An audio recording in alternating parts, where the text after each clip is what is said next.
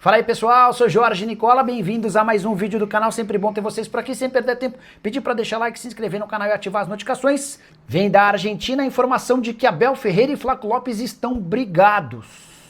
A ESPN Argentina publicou nas últimas horas que a relação é tão ruim que a tendência é que o Flaco Lopes deixe o Palmeiras na próxima janela de transferências. É natural que se essa notícia saiu na Argentina, alguém do staff do jogador tenha vazado. Flaco Lopes chegou a ficar 11 jogos sem marcar gols. E nesse período, inclusive, foi criticado publicamente por Abel Ferreira. O treinador português disse, abre aspas, acho que ele esqueceu de fazer o que estava fazendo. Ao invés de correr para frente, está correndo para trás. Ele é centroavante e não meia armador. A gente só não sabe se essa suposta confusão entre o Flaco e o Abel aconteceu antes ou depois dessa crítica pública feita pelo treinador. O Flaco Lopes não marcava gols de 15 de outubro a 3 de dezembro. Esse jejum acabou quebrado na vitória por 3-0 contra o Atlético Mineiro na penúltima rodada do Campeonato Brasileiro. É bom que os times argentinos nem se manifestem interessados no Flaco. Se de fato ele for embora, a tendência é que seja negociado com times europeus. A pedida do Palmeiras para vender o jogador certamente vai ser superior a 100 milhões de reais, algo que não comporta o aspecto financeiro dos times argentinos nesse momento. Nicola, tem chance de Santiago Sousa do Racing vir para o Palmeiras? Muito bom jogador, inclusive um dos dois jogadores do Racing na seleção da Libertadores da América. O Palmeiras precisa de um primeiro volante, porque Emi Martínez e Aníbal Moreno deixaram bastante a desejar. O Palmeiras e o Flamengo são dois clubes interessados no Vitão. O Vitão vai para o último ano de contrato no Internacional. O contrato atual vence em dezembro de 26. Ou seja, se o Internacional não vendê-lo em janeiro, vai correr enorme risco de perder o Vitão. Em julho ele assinaria um pré-contrato e se mudaria de graça em dezembro do próximo ano para outro clube. Beleza? Beleza. Então o Inter vai tentar a melhor proposta possível. 10, 12 milhões de euros? Talvez sim, talvez não, mas vai tentar. Fabinho Mancha. Boa noite, meu amigo Nicola. Tranquilo? John Arias no Palmeiras, qual a verdade nisso? Fabinho, cara, que o Palmeiras pode ter interesse, não vejo muita... Não acho um negócio maluco. Mas não há nenhuma intenção do Wolverhampton e do John Arias em voltar ao Brasil depois de 6 meses de negócio. Ele custou 17 milhões de euros e tinha o sonho de jogar na Inglaterra. Por mais que a coisa não esteja funcionando bem, e não está, o time é a lanterna do campeonato inglês, campanha horrorosa, o Arias vai insistir mais, ele vai tentar ficar mais, ele vai tentar pelo menos cumprir um ano de contrato. Se o Wolverhampton cair, e é de se imaginar que isso aconteça, aí sim ele vai começar a pensar nas possibilidades, tá bom? Hora de falar sobre o Palmeiras, que já faturou nos 10 primeiros meses desse ano 1 bilhão e 300 milhões de reais. O Verdão caminha a passos largos para fazer de 2025 o ano com o seu maior faturamento da história. Na última segunda-feira, o COF, o Conselho de Orientação Fiscal, aprovou os 10 primeiros meses de balancetes. A receita total até outubro era de 1 bilhão 367 milhões de reais. Somente em outubro, um prejuízo, o Palmeiras fechou no vermelho em 32 milhões e meio de reais. De qualquer forma, o saldo no ano é extremamente positivo. O Palmeiras está com um superávit de 296 milhões de reais, ou seja, entre receitas e despesas, estão sobrando para o Verdão quase 300 milhões de reais. Com um detalhe importante, a projeção para o ano era de um superávit de 12 milhões de reais. O Palmeiras está bastante acima da média. Só para completar, registrar também que as vendas de atletas foram o grande trunfo da gestão Leila Pereira nessa temporada. Desse 1 bilhão e 300 milhões de reais, 701 milhões vieram com vendas de atletas. O superávit em janeiro e em julho foram os mais significativos justamente no período em que você comercializa seus atletas com clubes do exterior. A última sobre o Verdão. O endividamento do clube bateu 1 bilhão e 20 milhões de reais. Mas antes que o torcedor palmeirense fique preocupado, boa parte dessa grana diz respeito a compras de atletas que serão pagas de forma parcelada.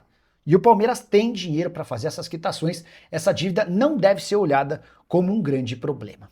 Preciso falar agora sobre o leilão por Everton Cebolinha. O jogador que vai deixar o Flamengo nessa janela de transferências foi alvo de 6 clubes brasileiros. Sondagem. 3 deles a gente já tem certeza. Corinthians, Palmeiras e Grêmio. Outras 2 possibilidades Atlético Mineiro e Cruzeiro. Nenhum dos dois clubes confirmam o interesse, mas a especulação envolvendo os times de Minas é bastante grande. Importante registrar que o Cebolinha está decidido a sair do Flamengo depois da Copa do Mundo de Clubes, ou melhor, do Intercontinental de Clubes, que começa para o Fla na próxima quarta-feira. O Flamengo foi campeão na quarta-feira passada, vencendo o Ceará, e na festa do título o Cebolinha disse o seguinte, abre aspas, não estou contente em não ter a sequência de jogos que eu necessito. Foi a deixa para que o Flamengo fizesse essa negociação. Já havia contado para vocês que se o rubro-negro não vender o Cebolinha até 31 de dezembro, vai precisar pagar ao Benfica, a partir de 1º de janeiro, 1,5 milhão de euros. Isso consta no contrato entre as partes. Quando o Flamengo o comprou do Benfica por 13,5 milhões de euros, já existia essa cláusula no acordo. E o sonho de Leila Pereira em seguir como presidente do Palmeiras depois de dezembro de 2027 subiu no telhado. Na semana passada, a atual mandatária alviverde admitiu que se encontrou no futebol e pretende seguir atuando no esporte durante bastante tempo. Até por isso, a Leila trabalhava nos bastidores durante toda a temporada de 2025 para que em 2026 conseguisse a alteração do Estatuto do Palmeiras, permitindo a ela buscar mais uma reeleição. O atual estatuto permite que o presidente eleito consiga apenas uma vez ser reeleito.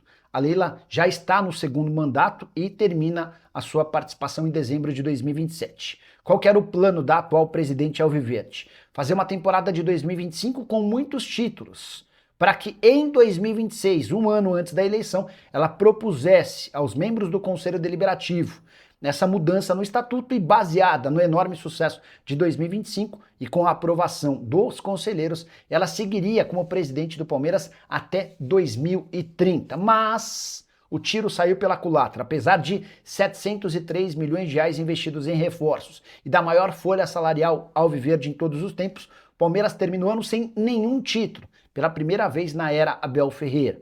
Ou seja, a chance de a Leila Pereira emplacar esse terceiro mandato dentro do Palmeiras em 2026 é muito pequena, para não dizer zero. Rejeição à ideia é enorme e vai se tornar ainda pior por conta da falta de resultados. Imaginar que ela consiga a alteração do estatuto em 2027, no ano da eleição, é ainda mais complicado. Então, diante desse cenário, deveremos estar assistindo aos últimos meses da presidente à frente do Palmeiras.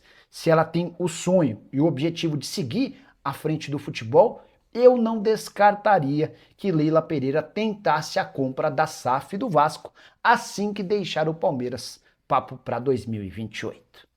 Preciso falar agora sobre Abel Ferreira, que deixou de ganhar nos últimos dias 66 milhões de reais. Você que está em casa, já teve a oportunidade ao longo de toda a sua vida de ganhar 66 milhões?